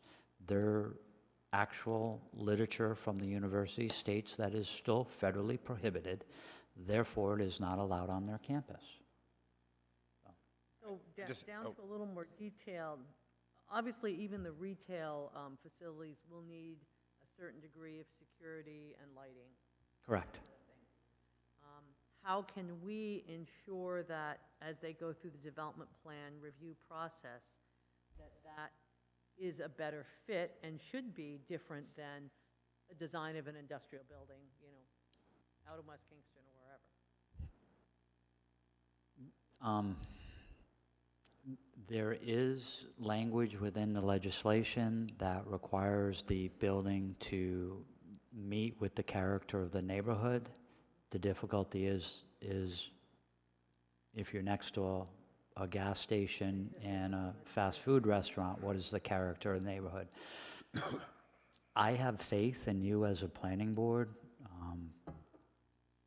and as well as the staff we have within the department of making sure that any new building or modification to an existing building is of South Kingstown standards. I know over time you're working on architectural design standards for your commercial venues, and this would fall within that. It's been mentioned, some of these facilities, there's a few in Massachusetts, they're, you know, South County post and beam type barns, and there are others that look like they, you know, came out of Seattle or LA. Just three things. Cape Cod, all over Cape, they're everywhere. Not in Wellfleet, but they're in Wellfleet, all over the place. Cute little stores, they're everywhere. P-Town, everywhere you walk, and you can't tell. They're cute, discreet. The only reason you can see it is because there's a pot leaf or they have a quirky name. So it can be done, and I've seen it done well. The facility the medical one that we approved or we're working through next to D'Angelo's, they talked about their process, how they're not in the business of holding a lot of product on. They get deliveries either every day or every night. I know the Exeter place, same thing every day. So they don't need a ton of space for warehouse. I think the tchotchkes things are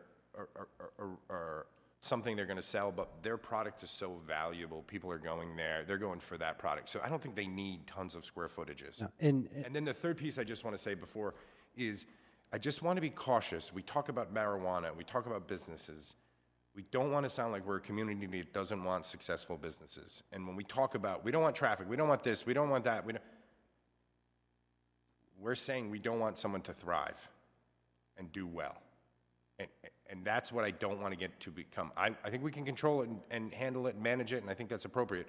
But we want to make sure that we're not saying we're a community that doesn't want successful businesses. We want par, mediocre business. I don't think we're saying that, and I think if you look at Hope Street in Providence, where they've done a lot of work with traffic calming, and I just drove it today because I was up that way, lots of thriving businesses, very heavily populated neighborhood, but they've done something about traffic, and I think you can do both. I agree. I totally agree. I agree with you. I don't want to I limit. keep hearing, though, is people like, there's going to be a lot of traffic. Okay, I understand that, but if we add the calming path, and so, more people coming is because there's a reason they're coming. There's a reason they're driving there. So I don't disagree. I think there are ways to control it, but I just don't want to say that we don't want something that's going to create a lot of activity because... No, we just want to put it in the right place. And so that's why we have to say what we do want, and Peter, I like that you mentioned several examples that you thought were good, that looked great. And I would encourage people, when you see something that you think is great, take a photo, bring it, send it to Jamie, let's look at some of these things at our work sessions, because the more things that we see, I think that gives us more, not only impetus to push forward with those design standards, but we can look at it and say, you know, we like this is great, this would fit in, it's varied styles, but we need to see more good examples of things. I think that's very important, regardless of whether it's this use or some other use. And certainly when we're talking about rezoning an area and revitalizing it, that's an important part, and we know that's one of Jamie's favorite topics. I had just wanted to offer some context in regards to these retail establishments or what they're going to look like. If a retail establishment came in and was the size of this room, it would be open and lines for people to walk up to that counter, get their product, and then walk out the door. Everything is away from everybody else. So when we talk about like the size of a store or a CVS and think about all the stuff that's in it, it's really, you go in and it's waiting lines to get to the counter and go out. So it's not like it's a vast store filled with marijuana.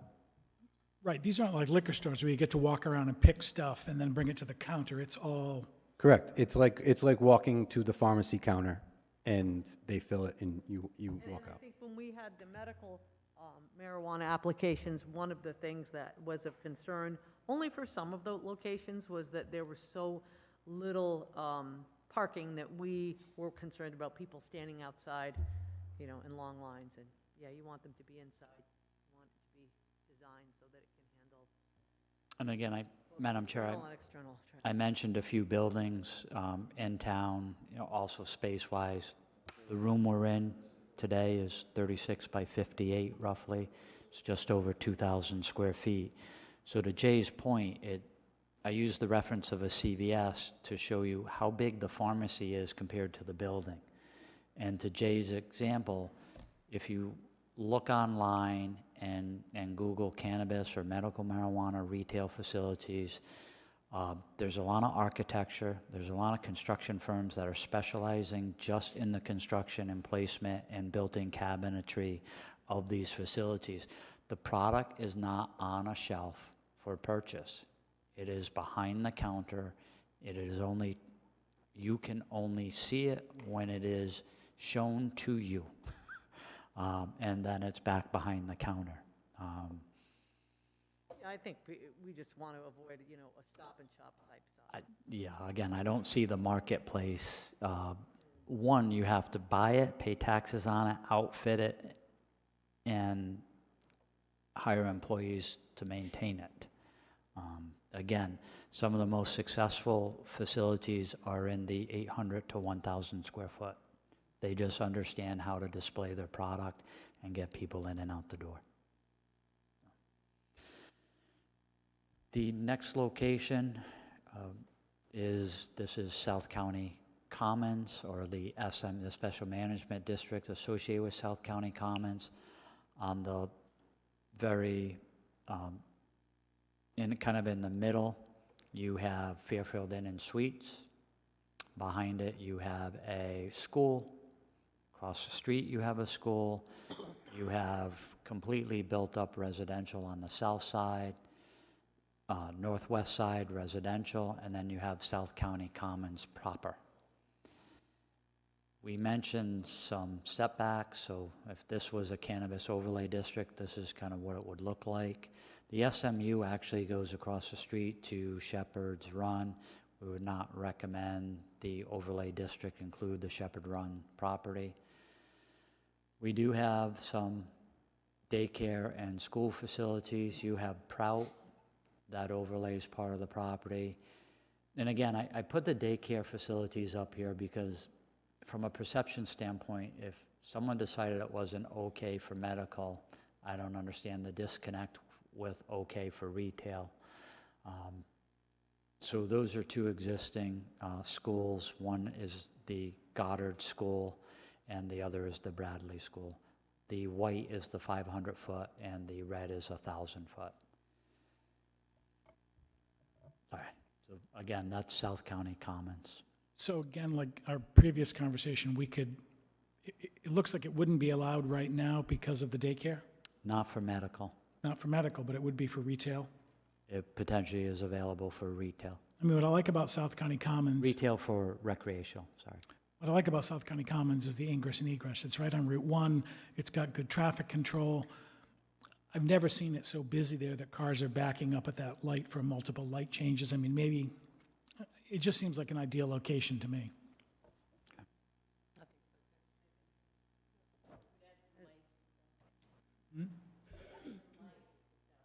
Yeah, it's some life. And as long as they would not be able to ask for a waiver from the buffers, which were such an important part of that development, and it is on a scenic roadway. Maybe they wouldn't be able to add a driveway.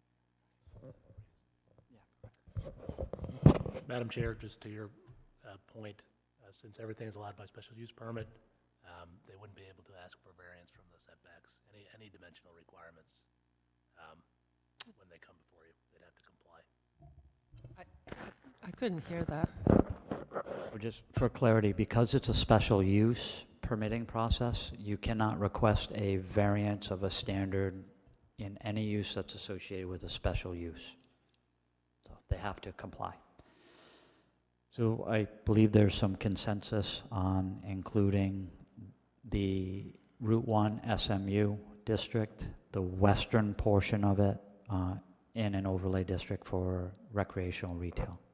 So would they need to use an existing access point from Route 1?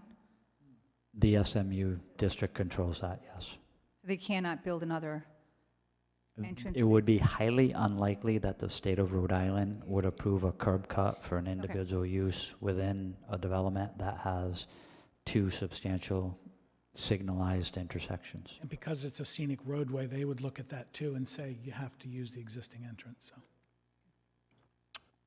The last area that we were asked to look at is the commercial neighborhood associated with Route 1 and 138. And, sorry, it says Town Hill Road, it's Tower Hill Road. When you look at this property, you have the car dealership, two single-family residential units that are used commercially. You have Verizon in the utility complex. You have the Holiday Inn, and you have two retail outlets, buildings, and then you have the mobile station. So there is, no one, from my experience as a planner, is going to tear down the Holiday Inn and convert that. Verizon is not going to give up their facility and change that to retail. I'm not sure the car dealership and GM dealership is going anywhere. And then you have still two small residential properties. That's Zone CN, there are And that's neighborhood commercial. other non-conforming uses, the parking is very constrained. Yeah, It doesn't have the same checks and balances that the SMD does. correct. So, That lot that you've just highlighted there, I noticed there's a sign there now that says there's a new building going in. Second building that's been And I don't know how anybody gets out of there. Every time I go by there, I think if you drive into that Dunkin' Donuts and come out, you've pretty much got to take a right onto 138 West. Getting across that road to head east, I don't know how anyone does it. I can't imagine putting more business there, let alone something that generates a lot of traffic. Not even during, campus, No, I don't understand how it works at all. really. again, looking at the existing land uses, the only potential viable land that would be available for such a facility is what Paul just referenced, the retail at the corner at the intersection. But I think in the discussion, there's some sentiment that recognizes that it's already constrained given existing traffic patterns, and putting a high volume use there may not be in the best interest of the community. So again, that's the fourth area that we looked at. So listening to the discussion, I'll go back to the overall map where you had the Route 108 retail area, which is Area 1, which is here. You have Area 2, which is the Shaw's and Ocean State Job Lot area.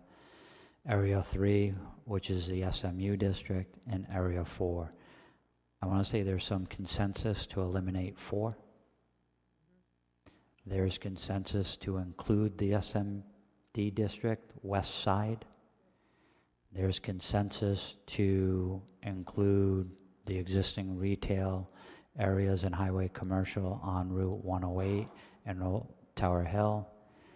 And then I don't know if there was complete consensus on the Route 108.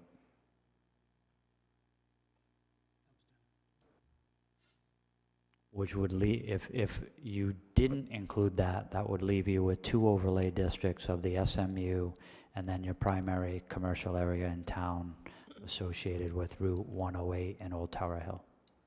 Well, we keep going back and forth on the volume of traffic flow. Traffic flow there would be very undesirable as opposed to off of Route 1.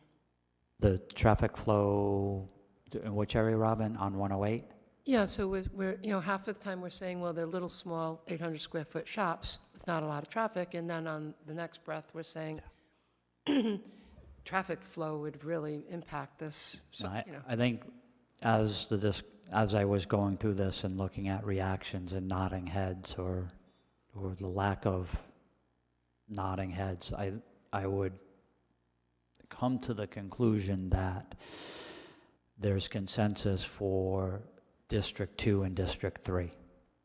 There is an overwhelming consensus for District 1 or 4.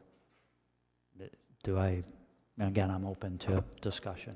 Yeah, my thought shifted a little when you said that the, was going to be 1 in South County. So I kind of shifted at that point from what is acceptable to what is better or best. So I would go with your yes, the consensus not to include 108. Okay. Is this just retail sales, or is it going back to the laboratory testing that we had potentially included in the same overlay? The only thing we were asked to evaluate is retail sales. So I would keep it simple, stick to the task we've been charged with as staff and as a planning board, and look at retail sales. It doesn't prevent the planning board coming back to Peter's point of looking at the medical or looking at the testing side of it. But on this use chart you gave us, you have testing laboratory in this overlay, retail overlay. Do I? Let me just double check that. As a special use permit.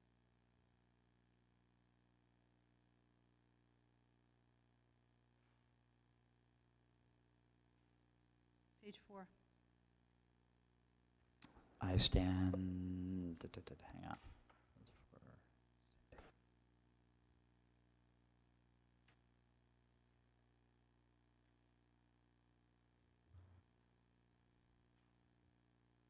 I stand corrected.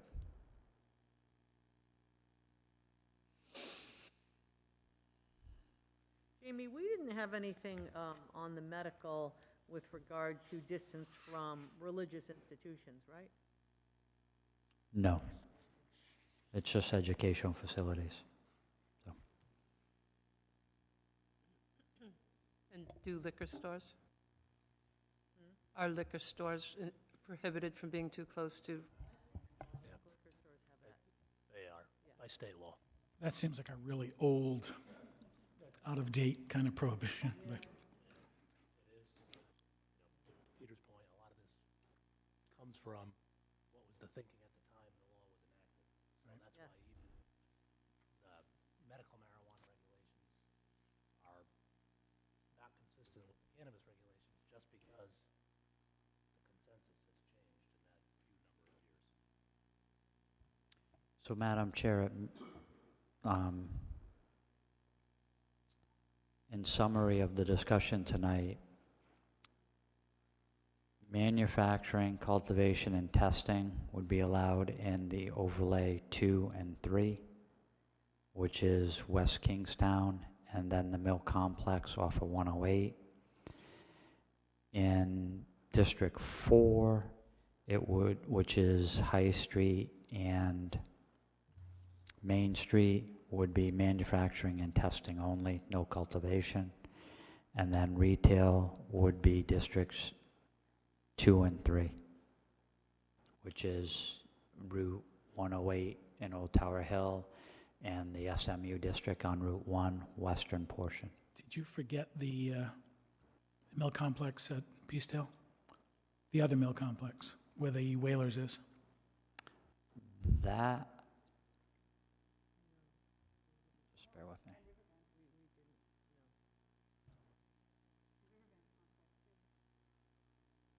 Right, the one,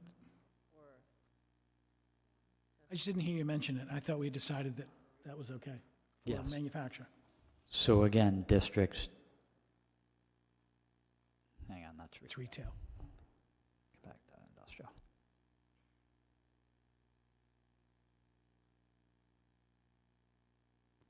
So District 3 is the mill complex in Peacedale. So 1, 2, and 3. District 1,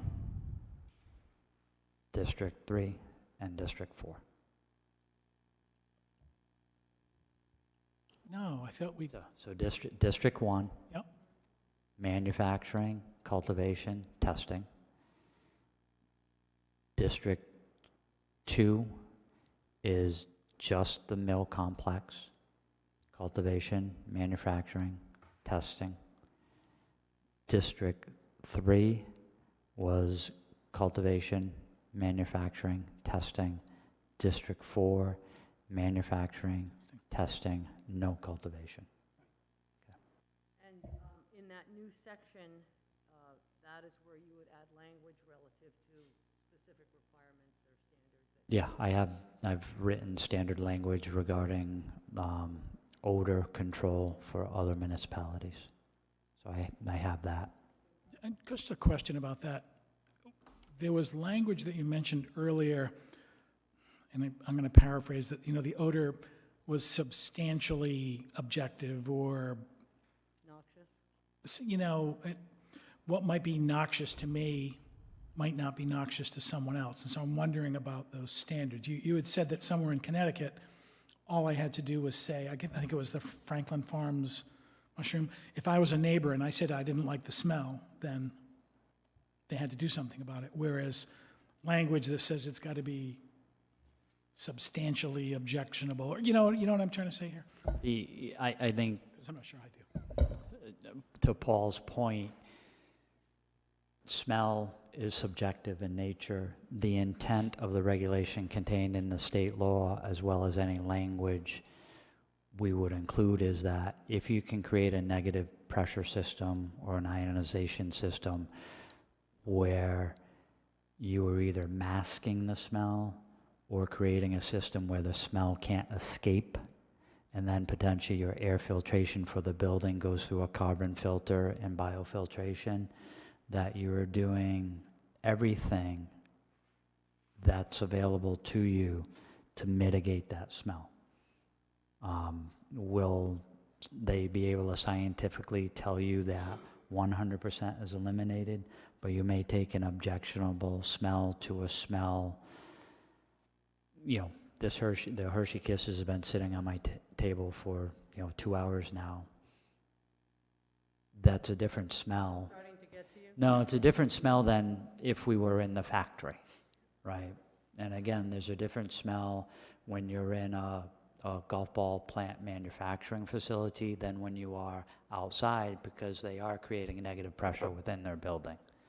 You're the only person I know who would go have a tour of a golf ball facility, by the way. Ball plant 3.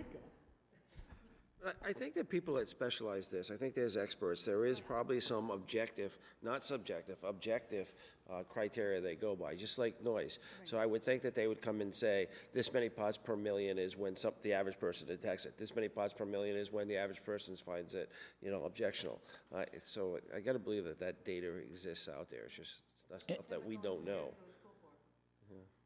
Yeah, and again, there's biofiltration, there's carbon filtration, there's a combination of carbon filtration and biofiltration along with negative pressure. And then again, I've read literature recently about this fogging misting system that is supposed to take the airborne particles that relate to the smell and knock them down.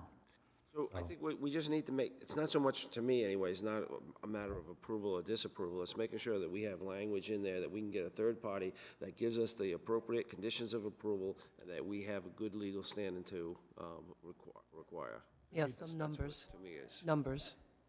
Okay. We can do that. So again, with the summary of the uses for the overlay district from the industrial and retail component, is there a consensus or in the form of a motion to have staff work with legal counsel to finalize the language in the zones and forward that to council? Make that motion to,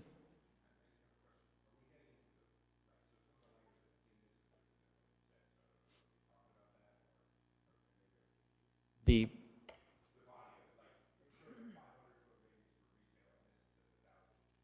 It says it for medical, so you have 1,000 for medical, Peter? That's for...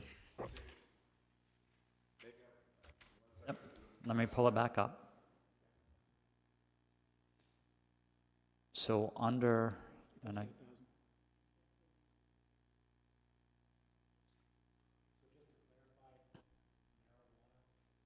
Referencing the medical marijuana. yeah, Cannabis is the term used for recreational. We learned that at the last meeting. yeah, so at the beginning of what I sent you, M&M, marijuana equals medical, and cannabis equals recreation. so a So- marijuana retail facility is a medical marijuana retail facility. Correct. And that is 1,000-foot setback from both schools and daycares. And then when you go down to the section that is underlined and bolded, It might not hurt to just repeat that here. I'm looking at Article 5, as Peter said on page 6, yeah. you know, section or paragraph B, just say the medical marijuana And retail. you'll see here, so when you're at this section 2, cannabis-related facilities, cannabis is recreational, and that's where the 500 feet from pre-existing public schools. They took out the daycare provision. That's included in medical.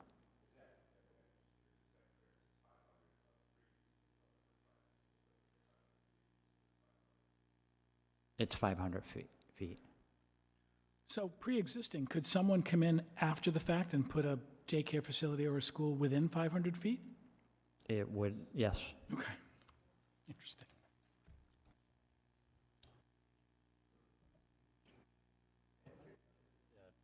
I just want to pass this around. This is, it has it's a cannabis history. It's kind of fascinating and horrifying at the same time how long it took to get us where we are now. And just have a look at this. It's really quite interesting.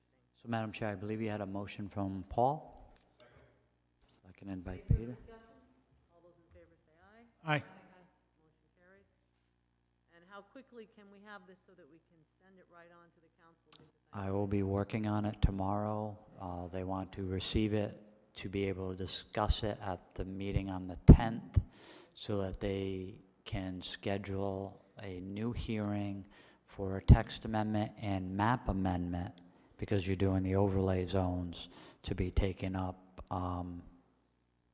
approximately 4 weeks later, because I think it's 3 weeks total for their legal notices. Thank you. Okay, nothing else? Motion to adjourn? Second? Second. All those in favor say aye. Aye. Aye. Thank you, everyone. Continued happy holidays and Happy New Year.